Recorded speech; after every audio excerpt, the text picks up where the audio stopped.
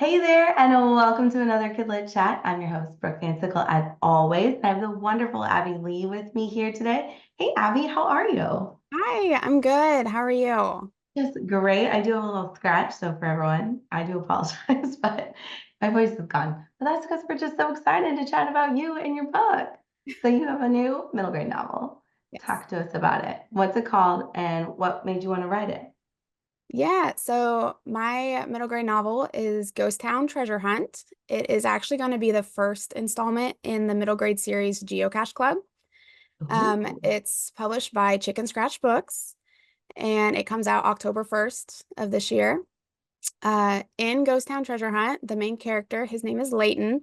He's 11 years old, and his best friend moves away, and he kind of wonders if he's ever going to have another adventure again. Then he meets Sherry. She's a new girl in town, and she introduces him to the treasure hunting world of geocaching. And their thirst for adventure eventually sends them hunting for mysterious geocaches in an abandoned Kansas ghost town. That's kind of where they start a lot of their adventures. They end up having to work together to unlock clues with these mysterious geocaches. They have to solve a 100-year-old mystery to clear a dead man's name. And they have to convince Leighton's dad, who's an archaeologist, that the ghost town is worth studying further. Otherwise, they might have to move. So, Oh my gosh. Okay. Well, I have all the questions yeah. because it sounds like exactly something I'd want to read. One, what is geocaching for those of us listening and me? Yes, of course. Geocaching is kind of like I said, just modern day treasure hunting. Basically, what you do is you've got an item that you search for using GPS coordinates. And there's an online community, there's millions and millions of geocaches across the world. And so there's probably many geocaches in your town right now. Um, and yeah, the people who hide them are called geocachers. Mhm. And they just hide it and they pin that location, and they might leave clues, they might be puzzles, they might just be a little container that has a log in it. It might be something that has a lot of trinkets in it. You just never know what you're going to find or where it's going to be. So it's a That's lot of so fun. cool. That's so cool. So what made you want to write this? Like, do you have ghost towns by you? Are you an archaeologist? Like, tell me. I was actually a history major, and I taught social studies when I taught high school. Um, and we do have a lot of ghost towns in Kansas. We actually have hundreds of them. Yeah, a lot of them are from like when the railroad kind of got abandoned or when it would come through town. And so towns kind of just got Left. left. And so, yeah, but I actually, when I was teaching high school, I was talking to another author teacher, and she told me about Forrest Fenn, and he's kind of the inspiration behind this book. So I don't know if you've ever heard of Forrest Fenn. Okay. He, back in 2010, he hid an actual treasure chest somewhere in the Rocky Mountains. And he put gold and other valuables in it, and it was estimated to be worth about $1 million. Wow. Yeah, and then he published his memoir, and it included a poem that held a certain number of clues to help people find this treasure. And the whole point was to get people outside, enjoying nature, that kind of thing. Of course, I was captivated by this story, and I did my own little research, and I had my thought about where I thought it was if I ever traveled out there. Um, I was totally wrong, apparently, because they did find the treasure in 2020. It was found in Wyoming. Um, but it was just kind of a fun thing. And then a few years later, I learned about geocaching, and it just kind of clicked in my head. I was like, if I combine those two worlds, what would that look like if you were on a geocache hunt and you actually developed it into a treasure hunt? And now we get to find out with Leighton and Sherry. Yeah. Oh my gosh, that sounds awesome. So a lot of our listeners are writers, so they're probably like fascinated with, well, how did you get your publisher? I mean, this is your debut, and it sounds really awesome. So first off, congrats on finishing a novel because a middle grade novel especially is an undertaking. Yeah. How many words did it end up being? Oh my goodness, I don't even know what it is. I think it's somewhere between like 30 to 35,000. So, Yeah, pretty standard. So that's a pretty Yeah, great one. it's a lower So middle grade, so it's not as many words as a lot of them. So yeah, none of those like 50,000, double yeah. your book. Yes. So let's start with the story itself. Like, how long did it take you to finish it? Did you like have to work with editors and things, or kind of what was your process to get it publishing ready? Yeah. Well, I started writing picture books. So that's where Love I you. started. Yeah. My kids were that age and I had an idea. And so I started researching the industry. And that's how I learned the most that I learned with the industry. And then I met an amazing critique group with picture books, which was awesome. And these women were incredible. They're amazing writers. They helped my writing immensely. Um, and then I just, as I was submitting these picture book manuscripts to agents, I just kept getting rejections. And I got a few comments like, hey, this kind of sounds more like a middle grade voice. Like maybe you should think about that. And I got that a few times and I really was like, I don't know, like a picture book I can write in a day. I cannot write a book in a day. I don't know about this. And so I kind of sat with it for a little bit. And I was like, I just wasn't sure. And then Caitlin Sanchez had her Kidlit Fall Writing Frenzy contest Mhm. that she has every year. Um, and I was like, you know what? I'm going to try it. I'm going to try writing just like like a little mood piece for middle grade. And it was really well received. And so I was like, okay, that's my sign that I need to write a middle grade story. So I took that piece and took that inspiration with the geocaching and forest fen, and I made it into a novel. It took over 2 years to write because I had no deadline. I just kind of Oh, wrote when I felt like it.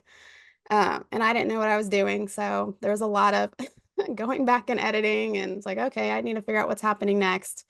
I did not outline very well. I'm very much an outliner. um, but I didn't know. And so I finished that book.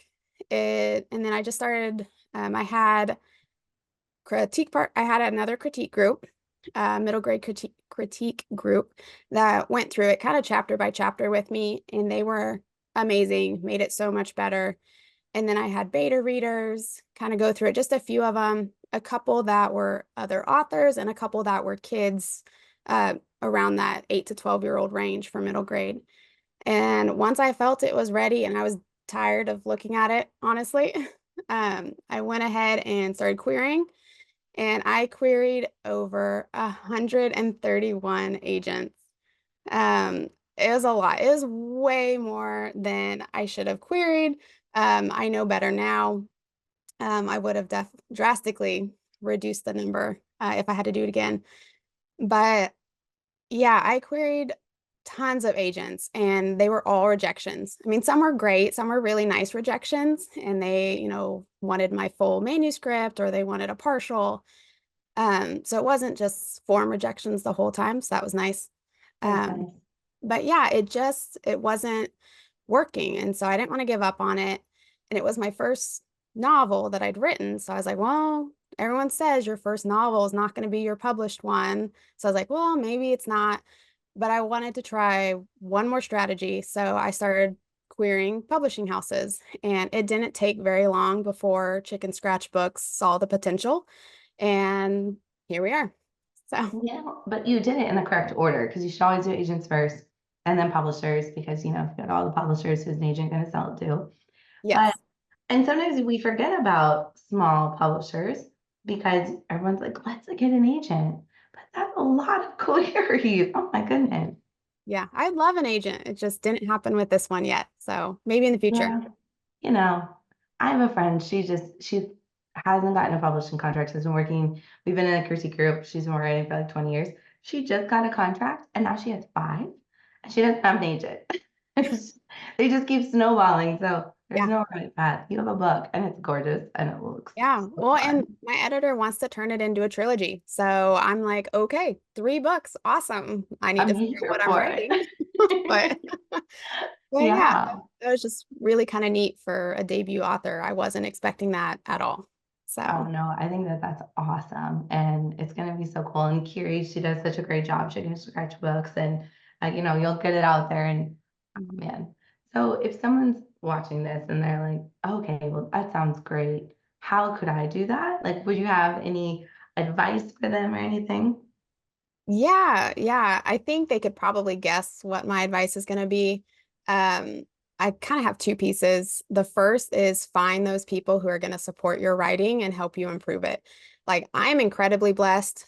My husband is beyond supportive. My family and friends cheer me on wholeheartedly with this. But my critique group, that picture book critique group I had at the start, really is what built my confidence with writing and helped make me a better writer. Um, it was kind of then because there's so much rejection in publishing that they were the ones that really pushed and said, "Hey, this sounds good. You are a good writer." And so you just kind of start to believe it after a while. Yeah, And so, yeah, definitely find somebody or a group of people who are going to push you and give you that healthy peer pressure that you need, and who know the industry. And yeah. so, yeah. And then I would also recommend, like I did, it worked for me. It's probably not going to work for everybody, but send out your writing far and wide. Because if you're just holding all your hope on one book contract, it can kind of tear you down after a while. And so, submit to magazines, do pitch events, enter writing contests, submit to agents. And then if that doesn't work out, submit to editors. I mean, that's what I had to do. And I submitted my middle grade novel to 131 agents, but that doesn't include the number of picture book manuscripts I sent. That was way more and way more rejection. And so you have to find those little pieces that just help you prove to yourself that you are a good writer, you're doing what you're supposed to be doing, and you just need to keep pursuing it. Oh, I think that's such great advice because it's one, it's so lonely because you're writing this book all by yourself, but it can be really daunting when you get all these rejections. 100 in, you're like, gosh, will I ever get this freaking contract? And then you get 30 more, and it's just so I think that that's so encouraging for everyone to hear. It's don't give up and believe in yourself. And having those people to support you is just huge. And get a critique group because they're the most amazing things. Did you Yeah. meet yours through SWWI or how'd you find your critique group? No, so I can't remember the exact contest, but we all were trying to do, it was Justin Colin's picture book mentorship program. I don't remember Yeah. the exact name of it. He doesn't do it anymore, but He used to do it on yeah, Twitter, right? yeah, it was all on Twitter when it was still Twitter. And yeah, we had all applied for it. We didn't know each other. And after the mentors were announced, none of us got a mentor. And somebody had started in a comment section about, hey, if, maybe we could all start a critique group or whatever. And that's kind of how we got formed. And we were a critique group for years. And I only left because I started writing middle grade. And so Yeah. No, I think that that's so great. Like, and you never know what opportunities are going to come out when you put yourself out there either. yeah. And they're still really supportive, and like I still consider them some good author friends, and we all interact with each other still on Twitter, X, Instagram, whatever Yeah. we use. So I love it. Well, one last question before I leave you is, well, now your book's getting ready to come out. So how are you going to celebrate October 1st? yeah, well, at the moment we're recording this, I've got about 2.5 months until debut day. And so I have not thought about it at all. You're not going to have like a party or anything? I mean, we are going to do that. I've really been focused on marketing at the moment. Yeah. And so I think once I get through some of this marketing stuff, I'll be able to breathe a little bit. And then I mean, I've already got a launch event scheduled with our local independent bookstore in town. It's for Okay. October 12th. And so I'm giving myself about 2 weeks to not feel all of it at once. And so that's when I'll do that launch event and have, a chapter reading and a signing and activities and things like that. But on the day Yeah. of, I'll probably just treat myself with going out to dinner with my family or ice cream, Mhm. or I have no idea yet. That sounds perfect. Like, just get yourself a little ice cream, snuggle up with your book, maybe read it because you'll have a tangible copy hopefully by I then. know. Yeah. That's so exciting. Well, thank you so much for taking the time and for sharing with everyone and all of our listeners. We're so excited about your book. Yeah, thank you so much. It was really fun talking about it and talking with you.